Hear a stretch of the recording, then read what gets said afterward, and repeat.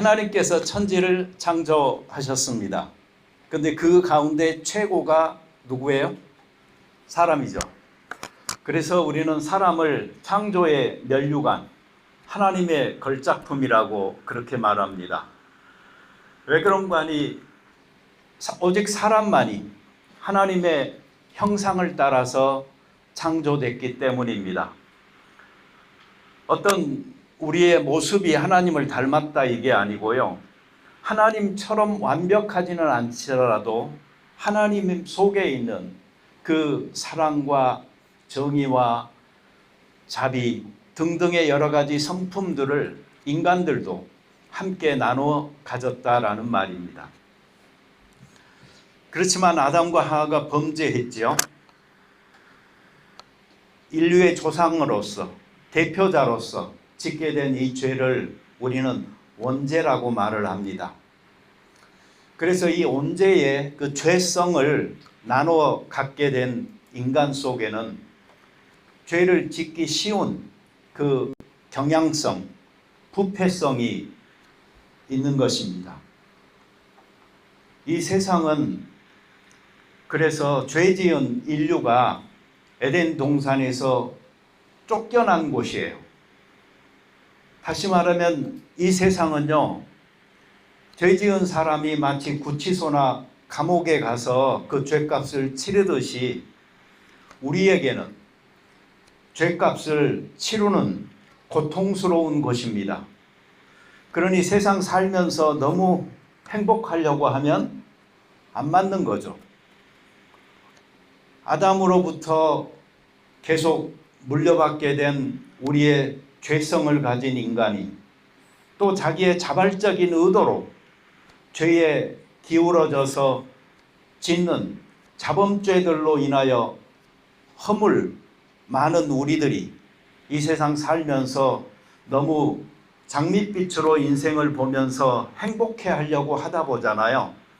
그러면 성경의 가르침과 이 좀 엇박자가 나게 되어 있습니다. 우리 주변을 둘러보면 슬픔이 참 많잖아요.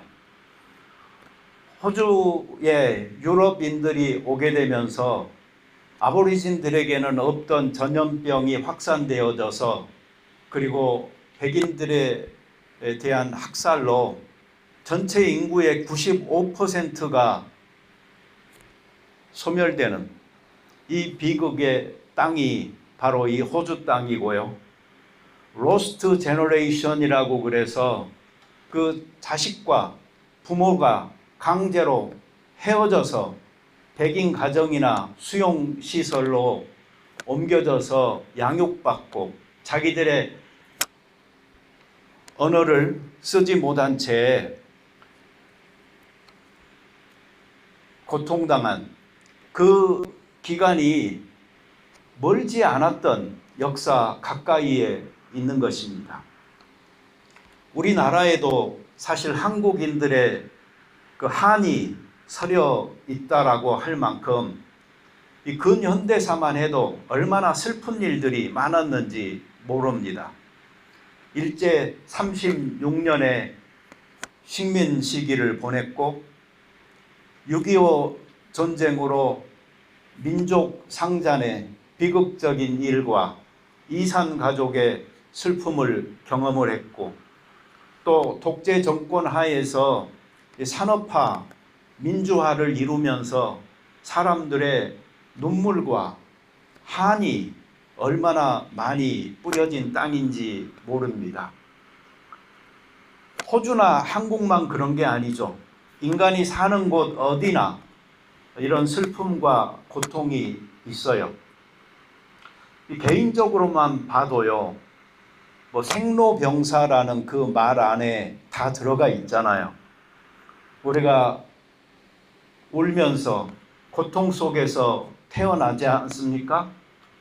그리고 슬픔으로 우리는 늙어가는 것이고 또 병을 얻게 되는 것이고 그리고 죽음을 맞이하는 게 바로 우리들인 것입니다.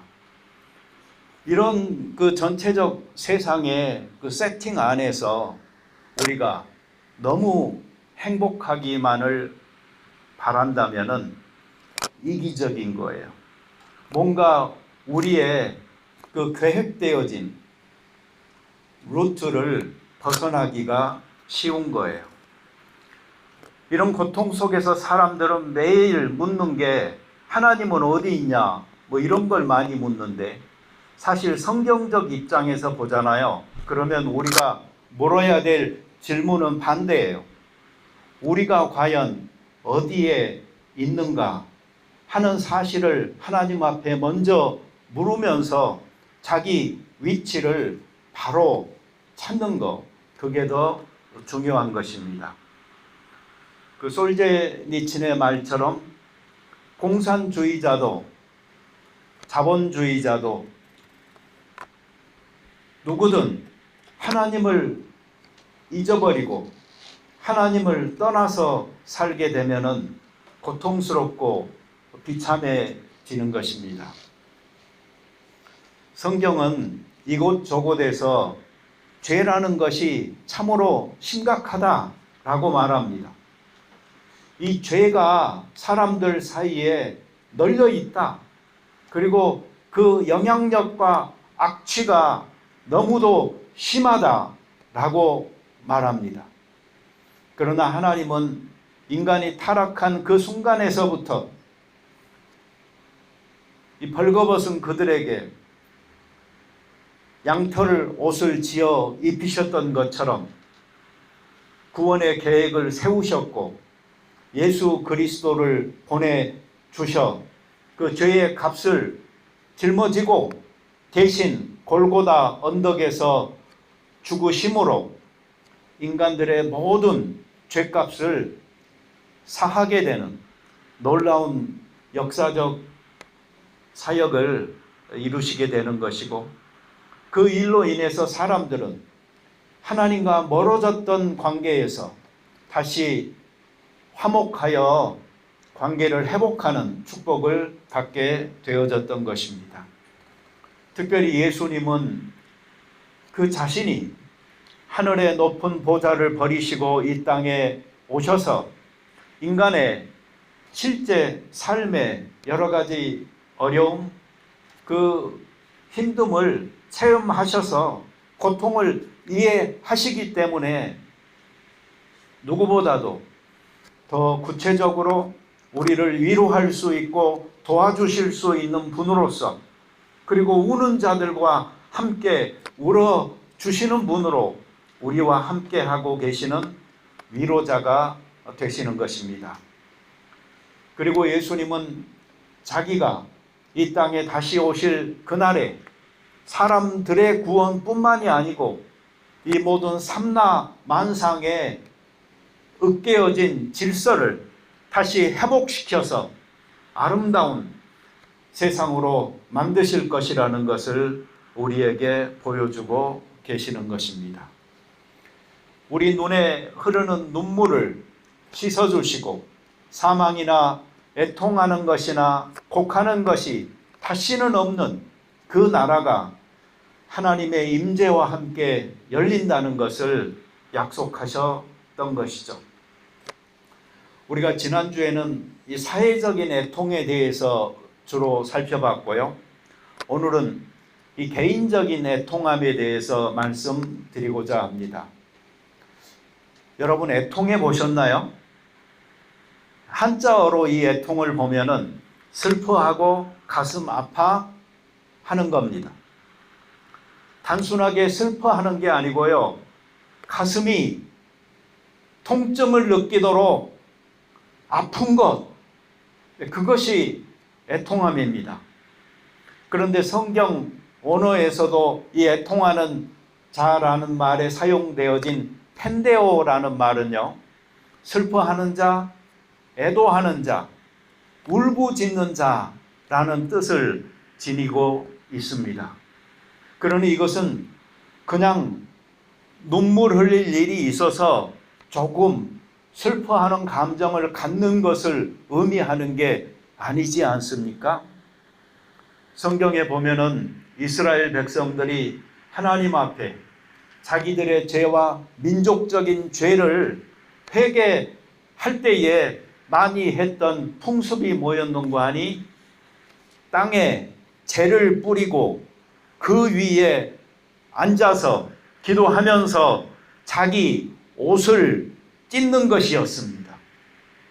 그것만으로도 충분히 저 사람 회개하고 있구나, 정말 애통해하고 있구나 라는 것을 느낄 수 있을 터인데, 성경은 거기에 더해서 뭐라고 말하는고 하니 너희의 옷을 찢지 말고 너희의 가슴을 찢어라 라고 말하고 있는 것입니다. 이 말은 하나님 앞에 죄를 뉘우침에 있어서는요, 정말 철저하게 회개해야 한다라는 것을 가르쳐 주는 것입니다.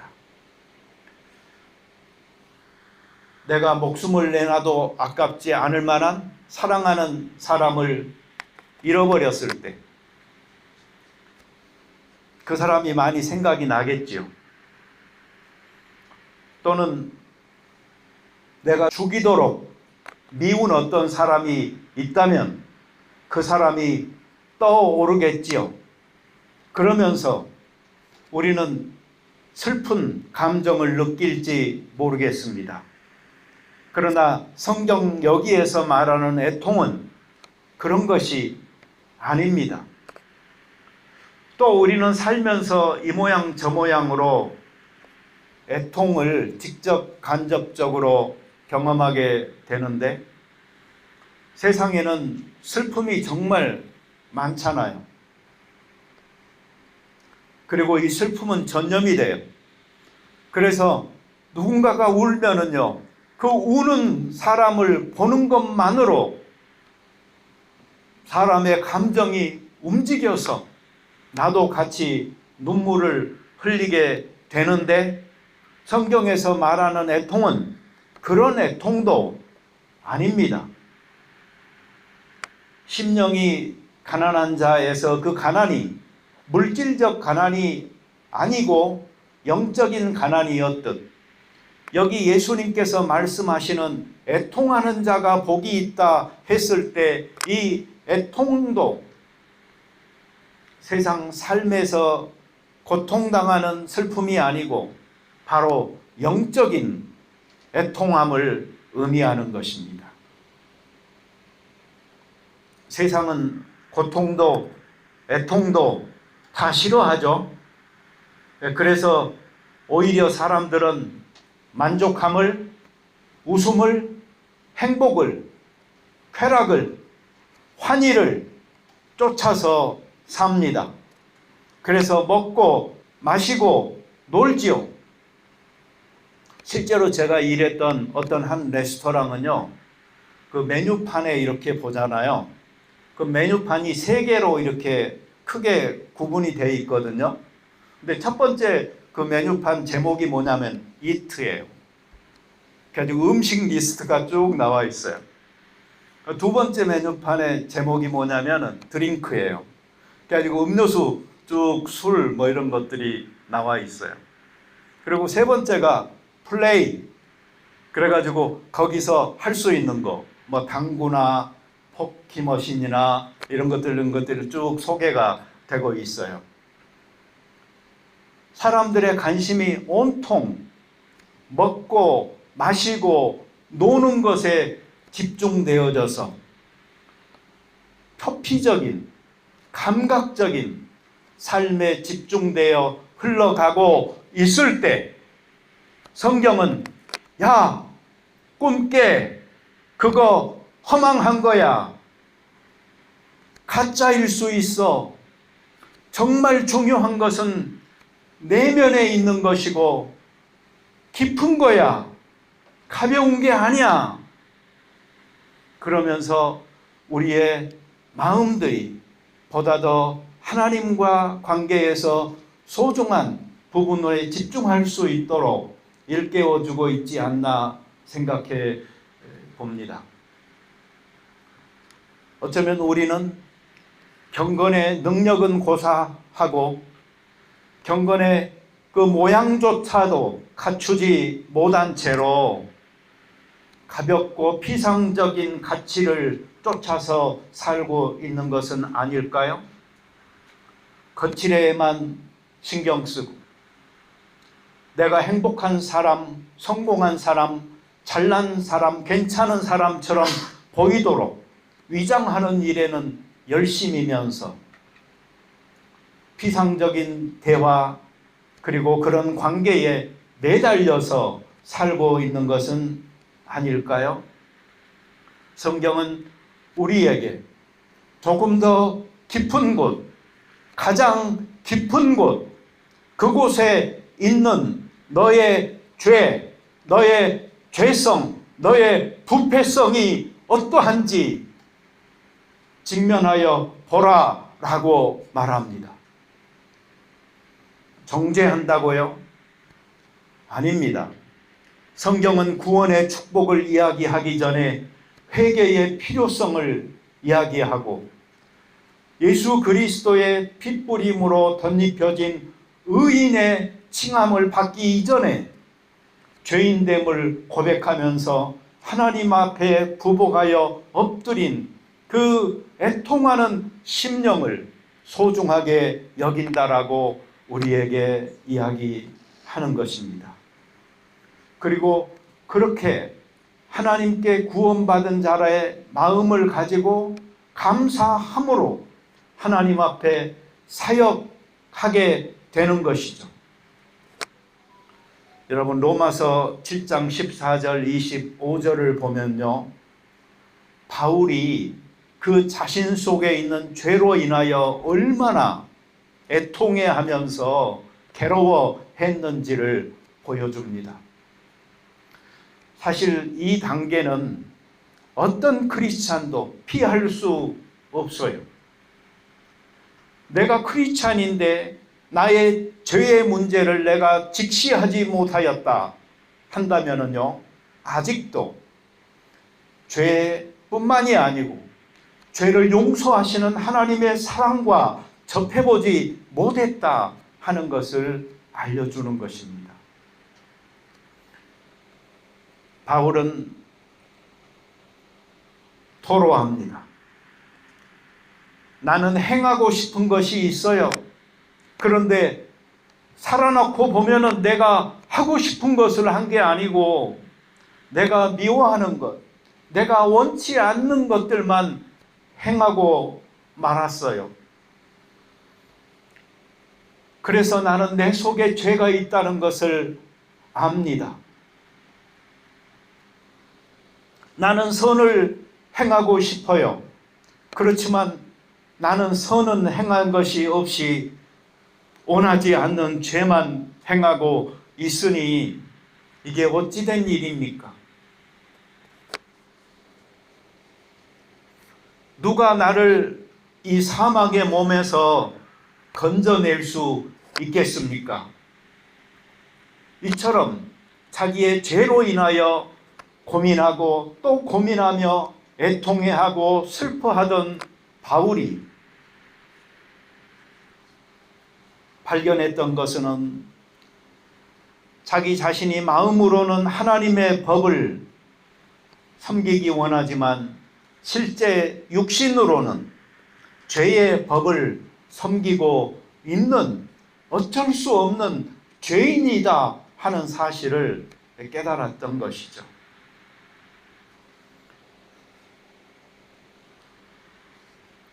가끔 이런 사람들이 있어요.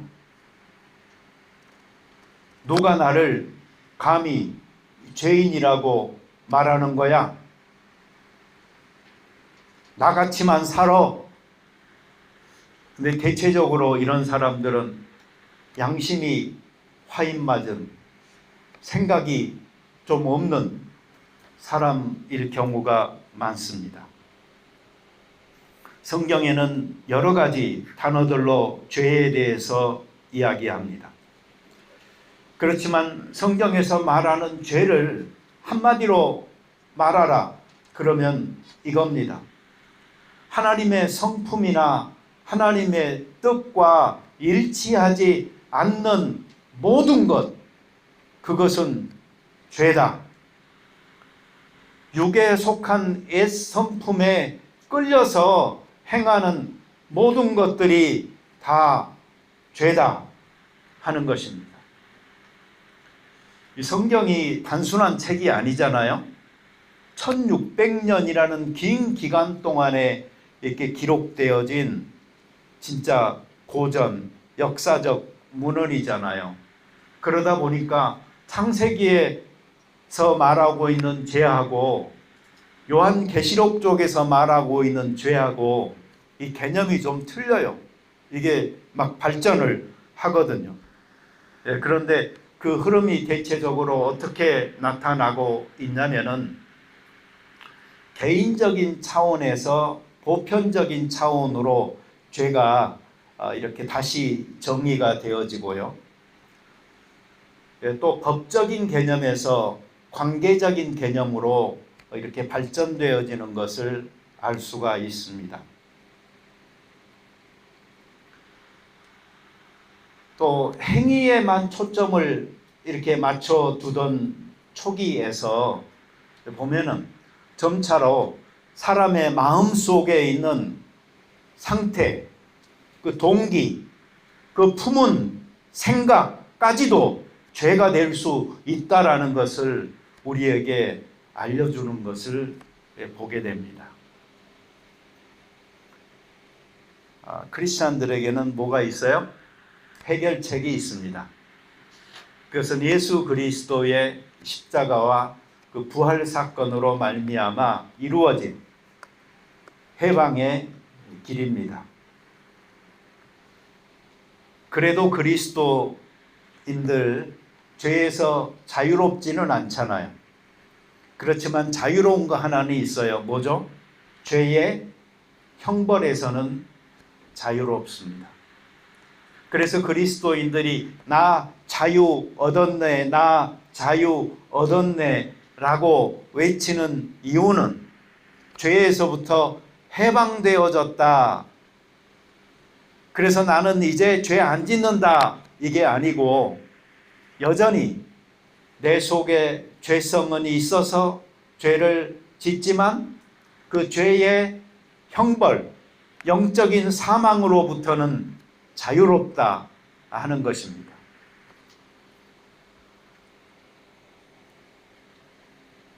이렇게 넘어가면 기분 좋죠, 여러분들. 막 그럴 것 같아요. 자, 그래서 우리는 어떻게 해야 될까요?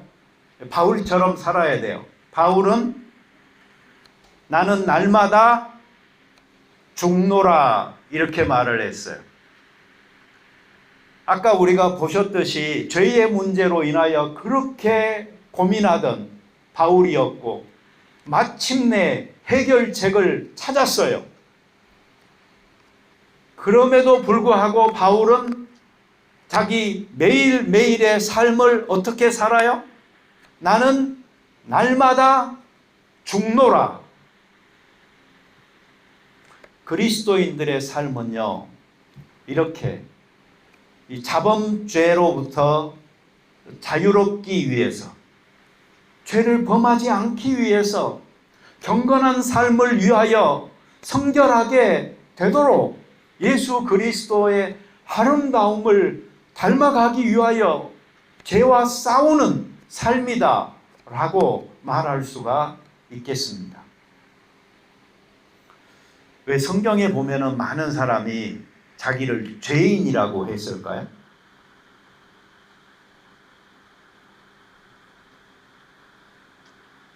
모든 사람을 다 세워놓고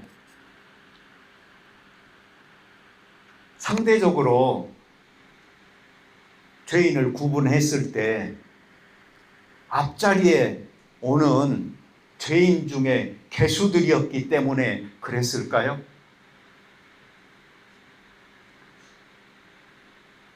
금요일날 기도회에서요, 제가 이제 구정인데 올해 소원이 뭐냐고 물어봤어요. 그랬더니 한 사람은 consistent 하기를 원하더라고요. 그리고 또 한 사람은 성결하기를, 그리고 하나님의 말씀에 더 집중하기를 원하더라고요. 누가 이런 말을 했는지 여러분 대충 짐작이 가시죠? 컨시스턴트 하기를 원한 사람은 여기 브루스예요. 그래서 제가 그랬어요. 브루스, no more. enough. 이렇게 말을 했어요. 왜 그랬을까요? 우리 가운데서 가장 컨시스턴트하게 자기의 삶을 신실하게 사는 사람이 여기 이 사람인데 이 사람이 그걸 더 소원하더라니까요.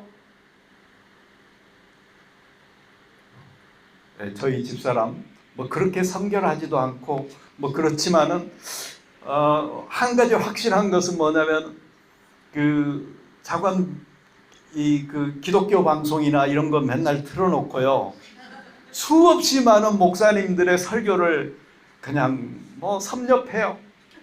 근데 그런 사람이 또 하나님의 말씀을 더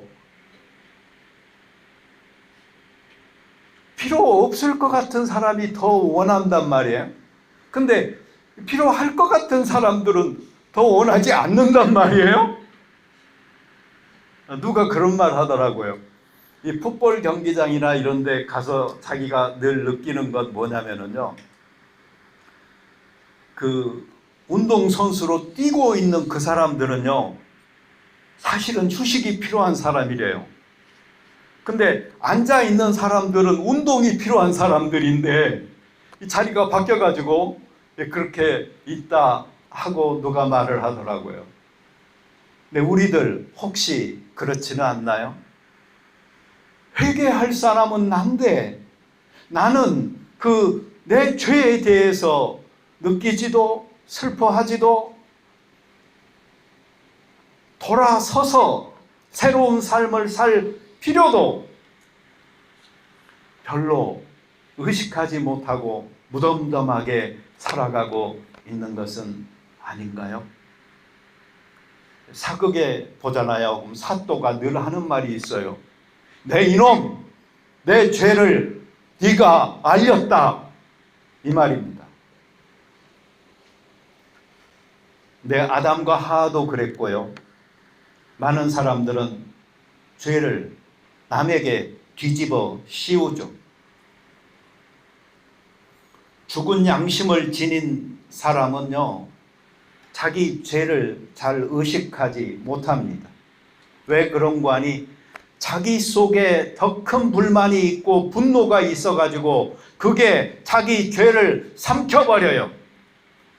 자기 속에 더 큰 사악함이 있어서 남에게 그 죄를 뒤집어 씌워버려요. 윤동주 시인의 참회록, 밤이면 밤마다 나의 거울을 손바닥으로 발바닥으로 닦아보자. 거울이 깨끗하면 그 앞에 서 있는 내가 명료하게 보입니다. 그러나 거울이 더러우면 내가 흐려져 보이지 않습니다. 내 양심이 또는 내 생각이 나에게 일깨워주고 보여주는 내 모습이 어떻게 보이는지를 살펴보면서 성찰의 거울을 닦아볼 수 있는 우리들이 되어졌으면 좋겠습니다. 성공의 거울만 자꾸 보려고 하지 마시고요. 집값이 어떻게 됐나? 주식이 어떠나? 코인이 어떠나? 이런 생각만 하지 마시고 우리가 성찰의 거울을 깨끗하게 닦아 그 앞에 나를 세울 수 있으면 좋겠습니다.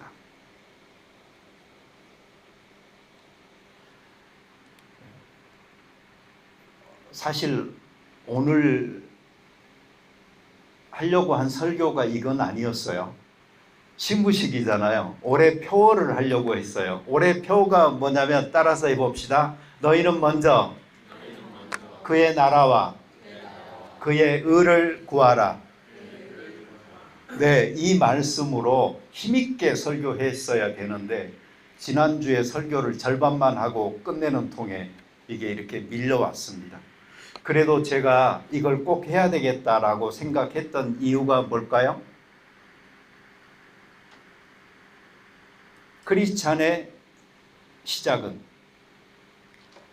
교회의 시작은 바로 이 애통함으로부터 시작할 수 있는 것이기 때문에 어쩌면 이 애통함이라는 이 주제가 우리 개개인뿐만 아니고 우리 교회 전체에도 필요한 말씀이겠다 싶어서 그렇게 하기로 하고 설교했습니다. 여러분, 슬픔 많은 세상 가운데서요, 그보다 더 큰 슬픔, 애통함을 가져보십시다. 애통한 마음으로 나를 보고 이 사회를 보고 이 교회를 보잖아요. 그러면 하나님께서 누구에게 마음이 더 가 있는지, 하나님께서 어떤 방향으로 발걸음을 옮기시고 있는지가 더 명료하게 보일 것입니다. 이 애통함으로부터 시작하는 올 한 해가 모두에게 축복이기를 바랍니다. 아멘. 제가 기도하고 축도하고 마치겠습니다. 하나님 아버지, 감사합니다. 우리 속에 회개의 영이 충만하게 하셔서 애통하는 자의 마음에 위로 주시는 하나님의 큰 위로가 힘이 되게 도와 주옵소서. 이제는 우리 주 예수 그리스도의 은혜와 성부 하나님의 극진하신 사랑과 성령님의 위로와 감동 감화 충만하시니 오늘 함께 모여서 예배드리는 모든 성도들, 그리고 가정과 교회 위에 지금부터 영원토록 함께 하기를 간절히 축원하옵나이다. 아멘.